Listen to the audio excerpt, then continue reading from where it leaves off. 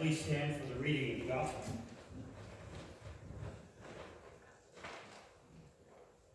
The Holy Gospel according to St. Luke, the 23rd chapter. Glory to you, O Lord. As they led Jesus away, they seized a man, Simon of Cyrene, who was coming from the country, and they laid the cross on him and made him carry it behind Jesus. A great number of the people followed him, and among them were women who were beating their breasts and wailing for him. But Jesus turned to them and said, "Daughters of Jerusalem, do not weep for me, but weep for yourselves and for your children. For the days are surely coming when they will say, 'Blessed are the barren, and the wombs that never bore, and the breasts that never nursed.' Then they will begin to say to the mountains, 'Fall on us,' and to the hills, 'Cover us.' For if they do this when the wood is green, what will happen when it is dry?" Two others also, who were criminals, were led away to be put to death with him. When they came to the place that is called the Skull, they crucified Jesus there with the criminals, one on his right and one on his left. Then Jesus said, "Father, forgive them, for they do not know what they are doing." And they cast lots to divide his clothing. And the people stood by watching, but the leaders scoffed at him, saying, He saved others. Let him save himself, if he is the Messiah of God, his chosen one." The soldiers also mocked him, coming up and offering him sour wine, and saying, "If you are the King of the Jews, save yourself."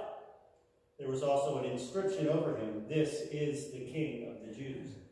One of the criminals who were hanged there kept deriding him and saying, "Are you not the Messiah? Save yourself and others. Save yourself and us." But the other rebuked him, saying, Do you not fear God, since you are under the same sentence of condemnation? And we indeed have been condemned justly, for we are getting what we deserve for our deeds. But this man has done nothing wrong. Then he said, "Jesus, remember me when you come into your kingdom." He replied, "Truly I tell you, today you will be with me in paradise." It was now about noon, and darkness came over the whole land until 3 p.m, while the sun's light failed, and the curtain of the temple was torn in two. Then Jesus, crying with a loud voice, said, "Father, into your hands I commend my spirit." Having said this, he breathed his last. When the centurion saw what had taken place, he praised God and said, "Certainly this man was innocent." And when all the crowds who had gathered there for this spectacle saw what had taken place, they returned home beating their breasts. But all his acquaintances, including the women who had followed him from Galilee, stood at a distance, watching these things. The Gospel of the Lord. Praise to you, O Christ. Please be seated.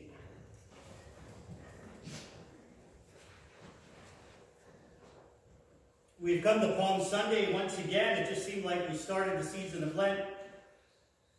And here we are, experiencing this story in first century Palestine. It would be the spring of the year, just like our spring. It is when the great Passover feast in Jerusalem occurred.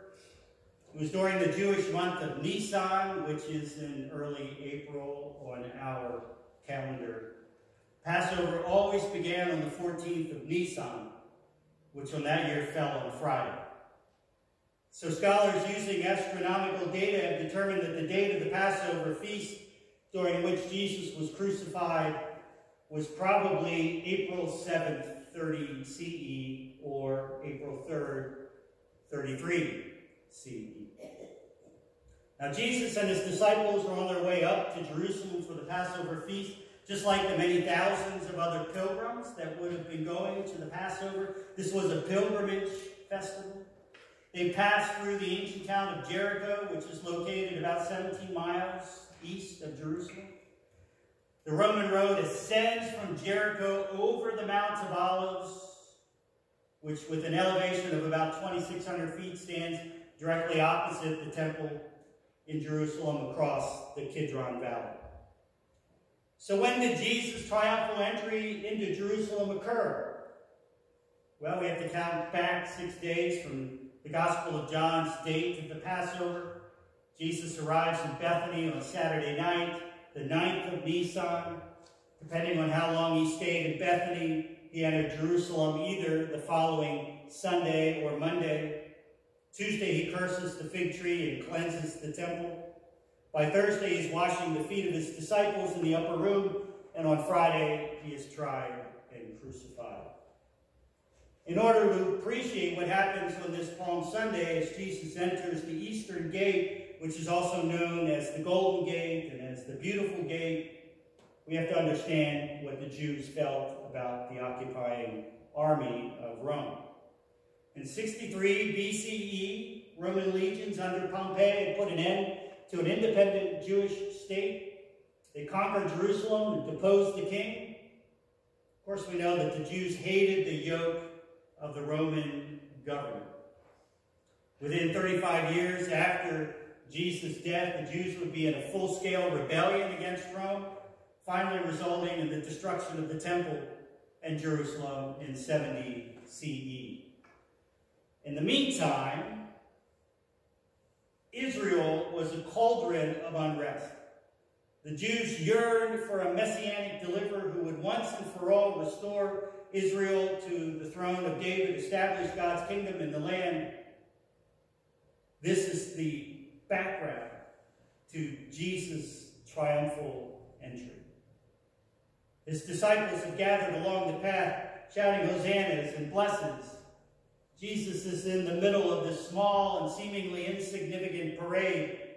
And some Pharisees in the crowd are asking Jesus to tell his disciples to knock it off.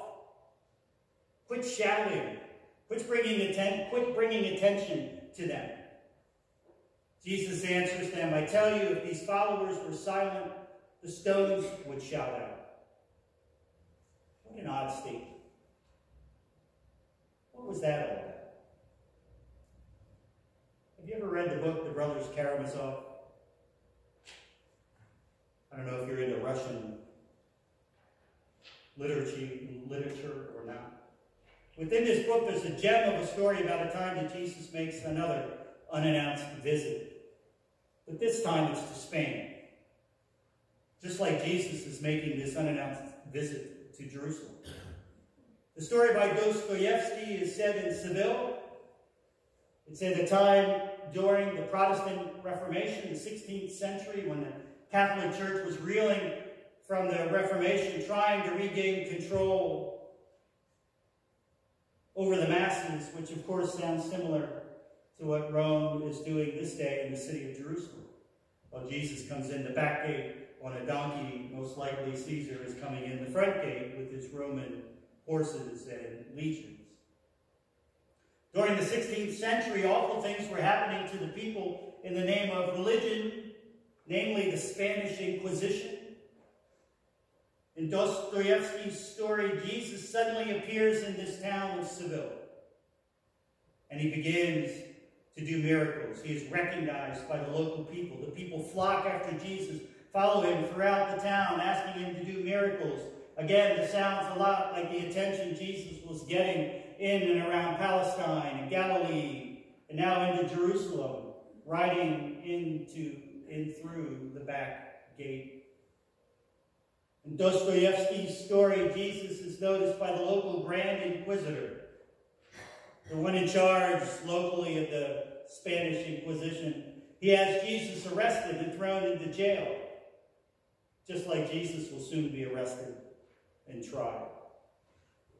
The Grand Inquisitor comes to visit Jesus in the jail in the middle of the night, and he asks Jesus why he has come at this moment in time. He says, Jesus, why have you come to interfere with us? The Inquisitor will go on to tell Jesus that his presence at this moment in time is a threat to the Inquisitor's power and control over the people. I hope you notice the parallels between these two stories. Two unexpected visitations by Jesus. His presence in both examples is a threat to the power structures. One, the Roman imperial government of the 1st century, the other, the Roman Catholic Church of the 16th century. Jesus, they believe, has come to interfere with them, interfere in their control over people's lives. The Grand Inquisitor will eventually tell Jesus that in one single moment in time, when the devil was tempting Jesus in the wilderness, that this is where Jesus failed all of humanity by choosing to allow humans to have ultimate freedom.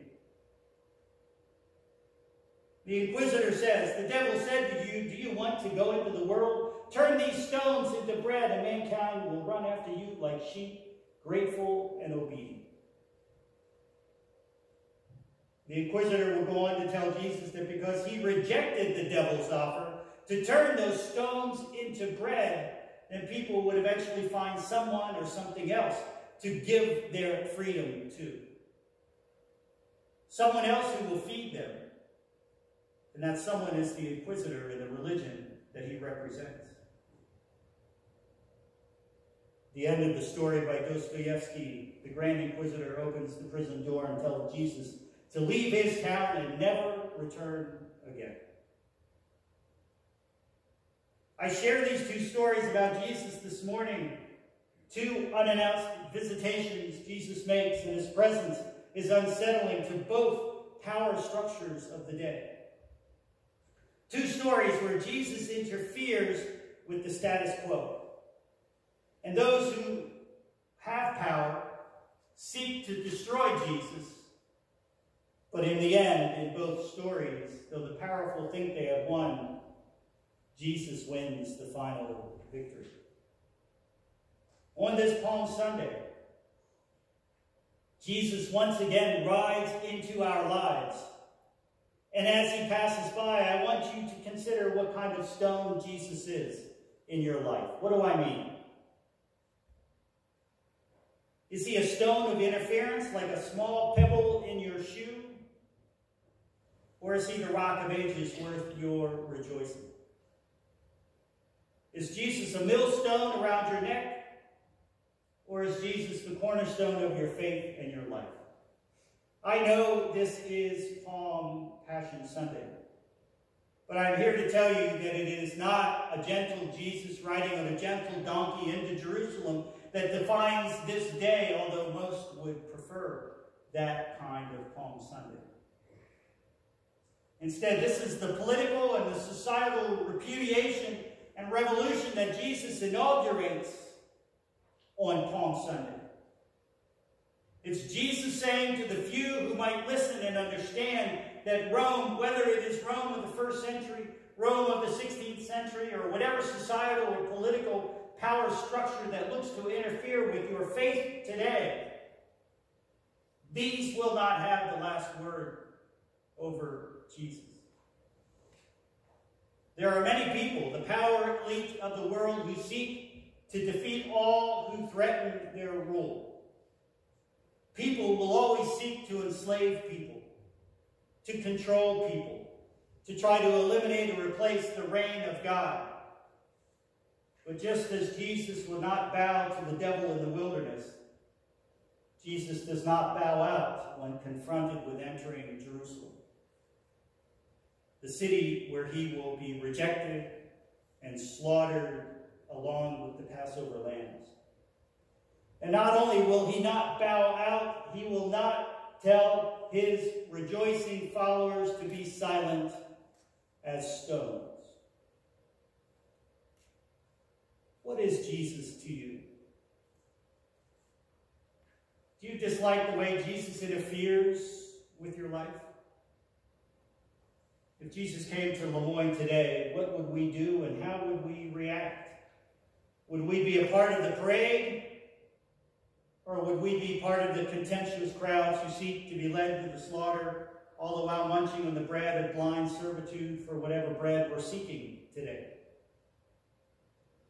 I will admit there are some days I am in the crowd celebrating Jesus' presence, and there are some days I wish he didn't interfere with my life so much. And yet, even though I am not always on the right side of the parade, still Jesus comes. And he passes me by day after day after day, giving me chance after chance to join in the celebration. And my friends, today it is a time to rejoice. Because once again, Jesus has come. The stone he rejected in the wilderness will become the stone the leaders will reject, which will become the cornerstone of the church and the cornerstone of our faith. The stone that wants us to rejoice rather than to remain silent. If we were there on that Palm Sunday, would we have rejoiced? Or would we have stood stone silent? We still have that freedom. The praying will continue day after day after day. I pray that you will not look upon your faith as a millstone, but as the cornerstone that Jesus wants to be in each of our lives. Amen? Amen. Amen.